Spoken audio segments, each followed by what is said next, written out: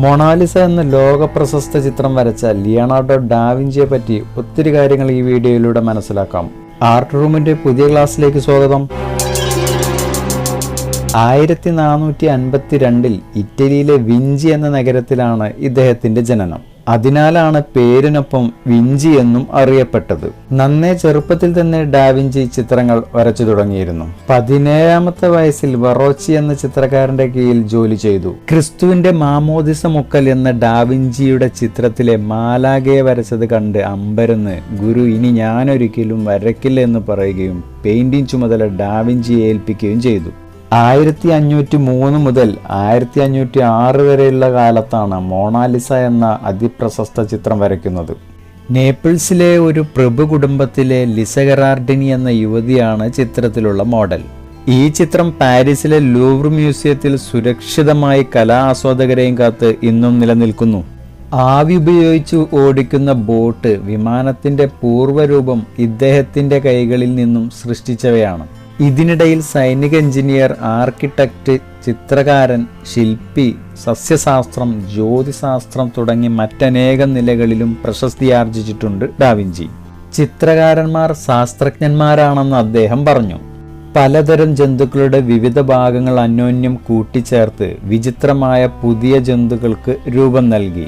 യുദ്ധത്തിനാവശ്യമായ ഭാരം കുറഞ്ഞ പീരങ്കികൾ, തോക്കുകൾ, ശത്രുക്കളുടെ ആക്രമണം ഏൽക്കാത്ത രഥങ്ങളും മറ്റും ഡാവിഞ്ചി രൂപകൽപ്പന ചെയ്തു.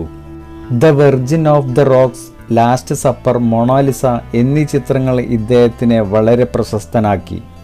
ലാസ്റ്റ് സപ്പർ എന്ന പ്രശസ്ത ചിത്രം തയ്യാറാക്കാൻ 4 വർഷത്തോളം വേണ്ടിവന്നു. ഒരു ഛായാചിത്രം വരയ്ക്കുന്നതിനിടയിൽ കൈകൾക്ക് തളർച്ച സംഭവിച്ചു. 3 വർഷം കൊണ്ട് ആ ചിത്രം ചെയ്തു തീർന്നപ്പോഴേക്കും കൈകൾ പൂർണ്ണമായും തളർന്നു. ഡാവിഞ്ചിയുടെ മറ്റു കുറച്ച് പ്രശസ്ത ചിത്രങ്ങൾ കാണാം.